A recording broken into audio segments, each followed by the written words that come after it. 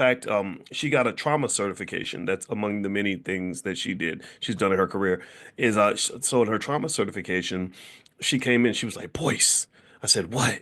And she said, I can't believe how trauma, if you were traumatized as a kid, that like you'll die, you're supposed to die earlier. Like your likelihood of catching diseases like cancer and Alzheimer's and everything goes up because of trauma. Like trauma really throws you off. So healing from that is really important. So if you heal, that makes it easier for you to just make good decisions.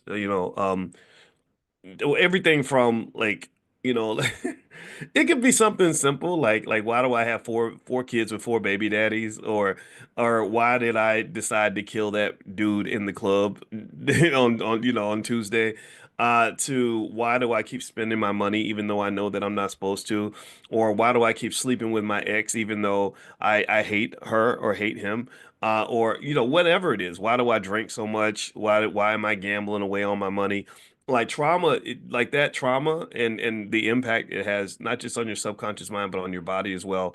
I'm finding that there's really just sort of this whole interesting space of like trauma responses that if you are traumatized like I was, you have to be really careful about those trauma response. Like for example, if you ever say things like, "This is why I don't loan money to my relatives," like that's a trauma response in a way, right? Because that means you just decided all your relatives are janky and terrible, and you have to distance yourself from family in order to be safe. That's kind of a weird reaction. Family's supposed to make you feel safer, but why are you scared of your own cousins? Like that's kind of crazy, but that's how we get that way because we have these experiences, and it's like I can't depend on you. I'm scared of you. You're gonna hurt my feelings, and I don't want that to happen. So I'm gonna just sit over here by myself, and I'm gonna go build my little business by myself. I'm not gonna ask for help from nobody, because you can't trust people because people let you down. They abandon you just like my daddy did, and next thing you know, you just got this whole pile of stuff, and it's just it's kind of ugly. So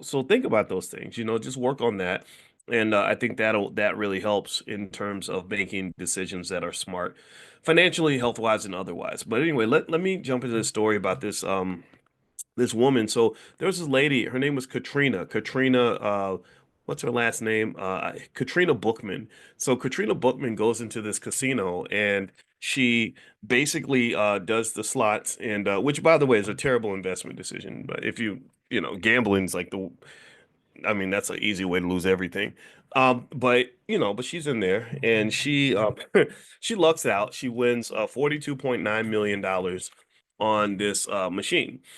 And so she goes and she's all excited. She even took a picture, a selfie in front of the machine. This was about like 2010.